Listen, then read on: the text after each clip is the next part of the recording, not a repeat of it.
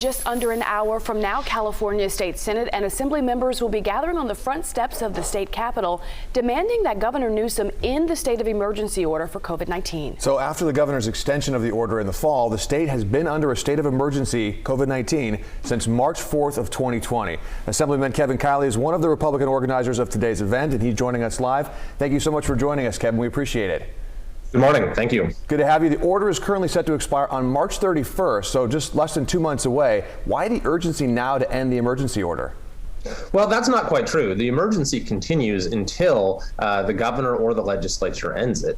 And the fact is, California is hosting the Super Bowl this weekend during a state of emergency. It might be the greatest absurdity in our state's history. You see, other countries and other states in this country have ended their emergencies, have done away with all mandates and restrictions, and it is well past time we do that in California and let our citizens get on with their lives. So, Kevin, let's talk a little bit about the numbers. They are the COVID numbers trending down, trending in the right direction. Health officials say we're not out of the woods yet. Why do you think the governor should end the order now, despite that warning from health officials?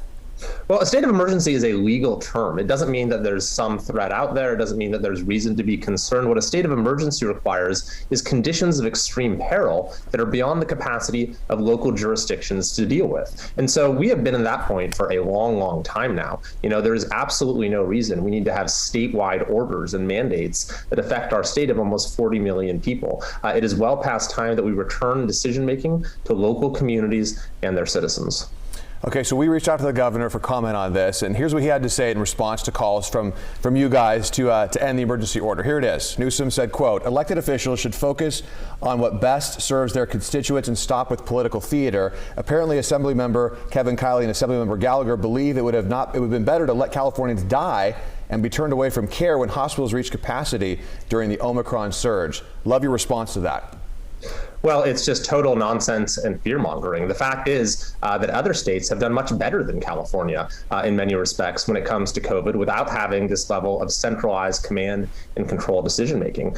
You know, there's no evidence that these sort of restrictions that California has had has done anything in terms of benefiting public health. In fact, a study out of Johns Hopkins just showed that lockdowns had little to no impact on public health. So it's unfortunate that the governor engages in this sort of fear-mongering because at the end of the day, this is actually a legal issue when it comes to the state of emergency. The law says the governor shall terminate the state of emergency at the earliest possible date that conditions warrant. And I do have to add that when you look at the governor's own behavior, when he went to a football game with 70,000 fans this last weekend and declined to wear a mask on many occasions, I'm not really sure what kind of message that sends when he then comes out with a statement like the one that you just read. You know, Kevin, there are a lot of strong opinions on both sides of this mask mandate, but let's talk, realistically, how much impact do you think this press conference later today, less than an hour, and the push by Republicans will have on the governor's decision? Well, it isn't just the governor's decision. That's the thing. The law says that the governor shall terminate the state of emergency at the earliest possible date the conditions warrant.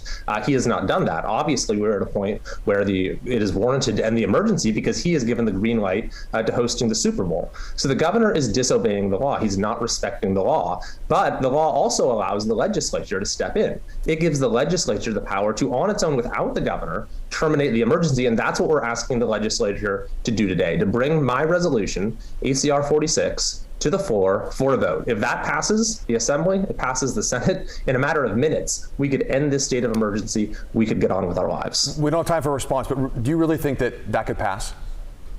I absolutely do. You see bipartisan support across the country where, members of legislatures, where governors have ended their states of emergency, have ended all mandates. That's clearly what all the science and data suggests is the proper course at this point. Even the governor himself said yesterday that he recognized that we are moving into an endemic phase. That means that this is going to continue for perpetuity. And so there is absolutely no reason to have a state of emergency. We cannot continue to live under this, circumstance where you have so much power consolidated in the hands of one person. That's not the way our system was designed. All right. It's time to restore the proper balance of power in the state of California. Assemblymember Kevin Kiley, thanks so much for taking the time this morning. Ahead of your press conference at 8 o'clock, we're going to be there covering this throughout the day. So thanks for taking the time about 30 minutes before that press conference. We really appreciate it. You bet. My pleasure. And Assemblymember Kiley, Republican, represents the 6th District, by the way. All right, everyone, stick around. We'll be right back after the break.